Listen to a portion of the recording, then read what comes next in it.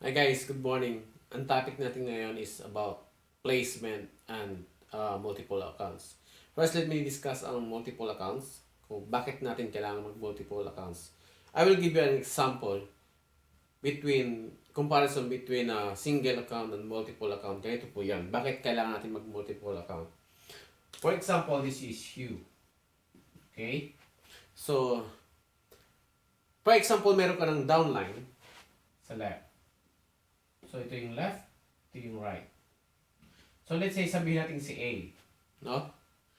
And the other one, nasa right side, ay si B. For example, si A ay taga Hong Kong. Alam nating maraming Pilipino sa Hong Kong. So, si A nakapag-ipon ng 1,000 members. Okay? At si B naman ay taga UAE. Alam nating marami ring Pilipino sa UAE. At meron din siya na member na 1,000. Alam na natin na ang bonus ay 1,005 before GC pag nagpares. So, ibig sabihin, si A and si B, pag nagpares, meron siyang 1,005. So, let's say, isama muna natin yung GC, huwag muna natin tatanggalin, okay? So, 1,005. Kung may member si A and B na 1,000, at 1,000 din kay B, ibig sabihin, meron silang pairing, totally pairing yung ay 1.5 million pesos. Okay? Maliwanag? So, yan yung sinasabi nating single account. Okay? Isa lang yung account. Ano naman yung tinatawag nating multiple account? Okay? So, I will give you an example of 7 accounts. Okay? So, tandaan nyo, okay? Tandaan nyo na si A, merong 1,000 members at si B, meron ding 1,000 members. So, pag tinotal mo yan, magkano? O, ilan? That's 2,000. Total, 2,000 members. Okay? Tandaan nyo yung dalawang, members ni A and ni B, ha? So, 1,000 kay A, 1,000 kay B, at 2,000 pag pinagsama natin. Now, I will give you an example ng multiple accounts. Okay, purahin natin.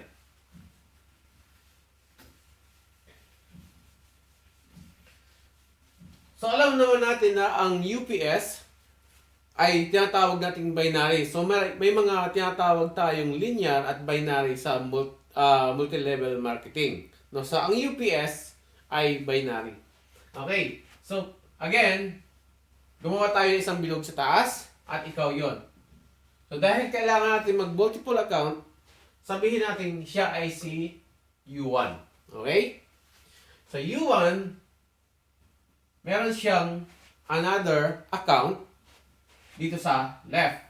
Tawagan natin siyang si U2. Okay? At meron din siyang another account sa right. Tawagin natin U3. Okay? Next, si U3, na si U1 din at si U2, okay? Meron siyang account sa right. Tawagin natin siyang si U7, okay? Si U3, meron ding another account sa left, okay? Tawagin natin siyang si U6. Okay? So next, si U2, meron siyang another account sa left. Tawagin natin siyang si U4. Okay? At meron din siyang account sa right. No? Tawagin natin si U5. So, kung natatandaan nyo, yung total members natin kanina is 2,000. Okay? So, ibig sabihin, pwede natin siyang paghati-hatiin, no? Sa 8. Pag divide natin yan sa 8, so, ibig sabihin, may makukuha tayong about 250, no? 250,000. 250 na members. So, take note, okay? Ang i-example din natin ay eksaktong 2,000 members. Okay? Eksaktong 2,000 members. Kasi, kailangan natin i-compare kung ano yung magiging result sa bonus ng multiple account versus single account. Okay? So, since mag-i-effort lang din naman tayo, magpo-produce tayo ng same numbers of members, 2,000. So, piliin na lang natin yung pinakamalaki ang iuuwi nating bonus. Okay? So, next. For example, si U4, no? Meron siyang downline dito na tawag natin si A. Okay? Meron siyang downline dito na si B. Si U5, may downline siyang si C. Meron siyang downline na si D. Si U6, meron din siyang downline na si E. At another downline, si F. Si U7, meron siyang downline na G at H. Okay? Now, yung downline niya, yung mga downline niya yan, sabihin natin meron siyang 250 members. 250 members each. Okay? 250 members each. 250 member din si G, 250 members din si H. Now, bilangin natin kung ilan lahat ng members. 250 plus 250 plus 250 plus 250 is 1,000. Okay? 250, 250, 250, 250 is another 1,000. So, ang total niyan ay 2,000. Tama? So, parehas. Parehas tayo. Parehas yung example natin kanina sa single account. Meron siyang 2,000 members. Meron din tayong 2,000 members dito sa multiple account. Now, tingnan natin ngayon yung bonus. Unahin natin yung bonus ni U. Okay? Yung bonus ni U4, yung bonus ni U4, pag nagpares yung 2,050 at 250 members, ilan yung makukuha ni U4? That is 375K. So, ganun din ang kay U5. Si U5, may makukuha din 375K. Kung si U5 may 375K, si U6 ganun din. 375K. Okay? Next. Ilan naman ang makukuha ni U7? Meron din siya makukuhang 375K. Tama? So now, next. Tingnan natin ngayon si U2. Di ba si U2, under niya si U4 at si U5. Okay? So ibig sabihin, lahat ng member ni U5 at ni U4, downline ni U2. At yung number ni U4 o yung total member ni U4 ay yung member niya kay A and B. Kung may 250 siya kay A, may 250 siya kay B, so ibig sabihin, ang total member ni U4 ay 500. Tama? 500. So ibig sabihin, kung may 500 si U4, meron ding 500 si U5. Tama? Next. So ibig sabihin, ganoon din si U6. 500 din si U6.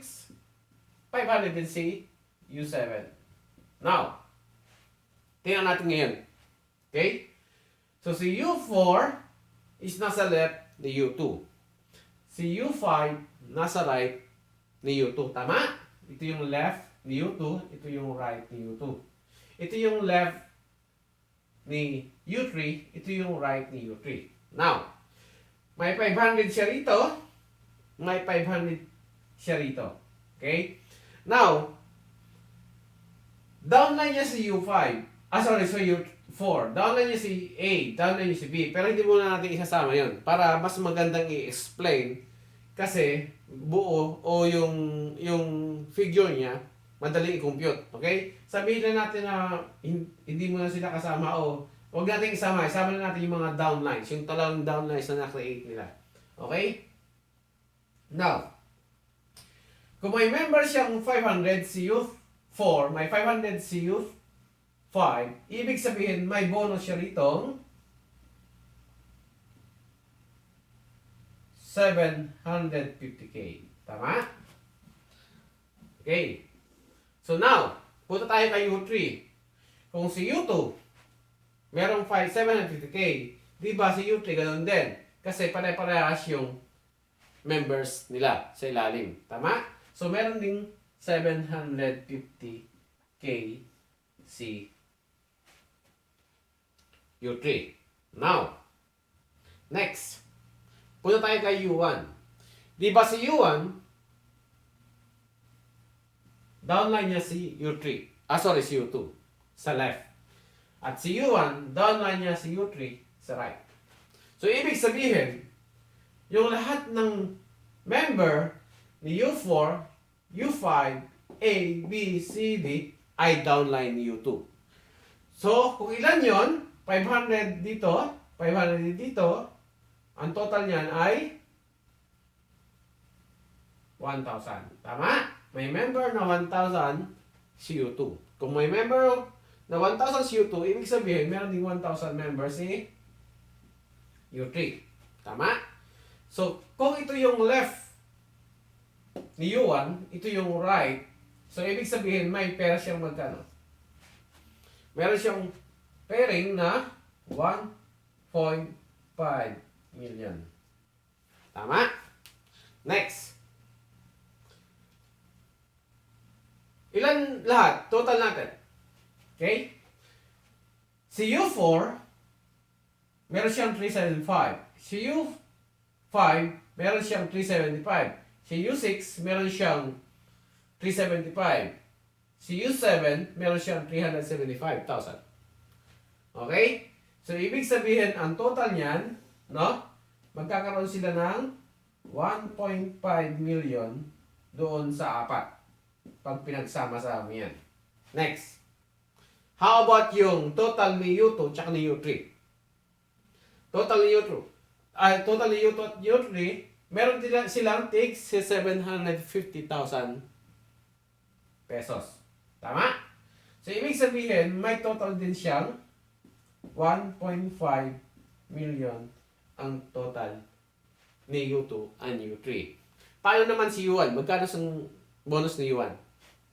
So, meron din si U1, 1.5. So, ibig sabihin, may 1.5 si U1. Okay? So, now, pagsama-samahin natin lahat ng bonus nila.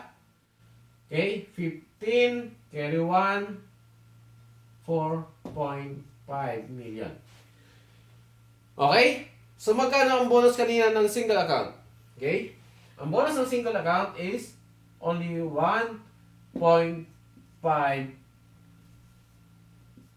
million. Magkano ang sa multiple account? 4.5 million. Tama? Magkano ang puhunan ng 1.5 million? Yung single account. Sabihin natin, gawin natin eksakto, 15,000. No? 15,000 pesos. Now, magkano ang puhunan ng tatlong account? Ng 7 accounts. Merong 105,000. Tama? 105,000 pesos. So, tingnan nyo yung difference. Kung tingnan nyo yung difference, only 90 pesos. 90,000 pesos. Okay? So, ang bonus, ang difference, magkano? 3 million. Okay? Just imagine, no? Just imagine, magdadagdag ka lang ng 90,000 pesos, ang possibilities mo, kung may member kang 1,000 o total 2,000 members, ang difference yan is 3 million. Okay? So, natindihan nyo kung bakit kailangan natin mag-multiple account. Dahil dito. Ang pinag-uusapan pa lang natin ngayon ay pairing. Paano yung unilevel? No? Ang unilevel plus indirect bonus. Okay? So, pag indirect bonus, siyempre marami kang account, maraming dadaanan. Pero pag single account lang, isa lang dadaanan. Nakuha nyo? Ganon din sa unilevel, pag meron kang maraming account, maraming dadaanan, marami kang piso-piso. Okay? Maraming account yung magkakaroon ng piso-piso. Samantalang, pag isa lang yung pupuntahan ng piso-piso. Okay, malinaw? Now, I will explain further yung pag-i-invest natin ng ng multiple accounts.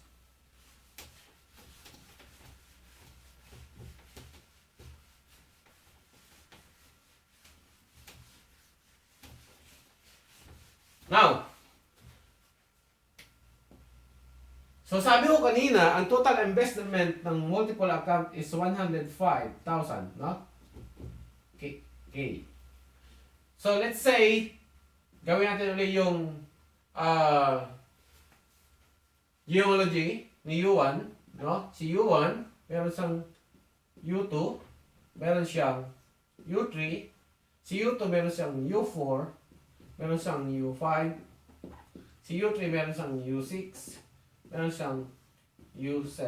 Okay? So now, kung si U1, downline niya si U2, ibig sabihin, meron siyang direct na 1,000. Tama? Kung si U2, direct niya si U4, meron siyang 1,000 si U4. Meron ding 1,000 sa kay U5. Tama? Okay? Meron din siyang 1,000 kay U5. Now, si U1, may makukuha ba kay U4 at saka U5? Yes, meron silang indirect. So, ibig sabihin may 60, may 60. Tama? So, now, punta tayo sa kabila.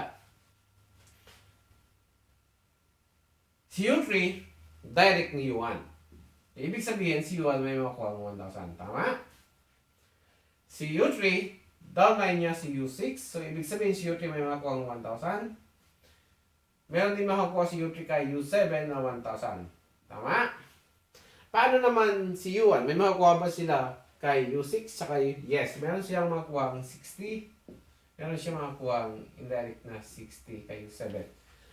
Ngayon, lahat yun ay ikaw. Ang pinag-uusapan natin dito ay ikaw. Si you. Okay? Dahil nga multiple account lang, ginawa natin U1, U2, U3 hanggang U7. Pero iisang tao lang yun. Tama? So now, ilan kaagad yung bumalik sa yung bonus o yung pera, no? Yung bonus. Punta natin. So ilan yung direct mo? 1, 2, 3, 4, 5, 6. So ibig sabihin, may babalik ka agad sa yung 6,000. Okay? That is for direct. Direct pala pinag-uusapan natin. Okay? Direct. Paano yung indirect bonus? Okay? So, ilan yung indirect?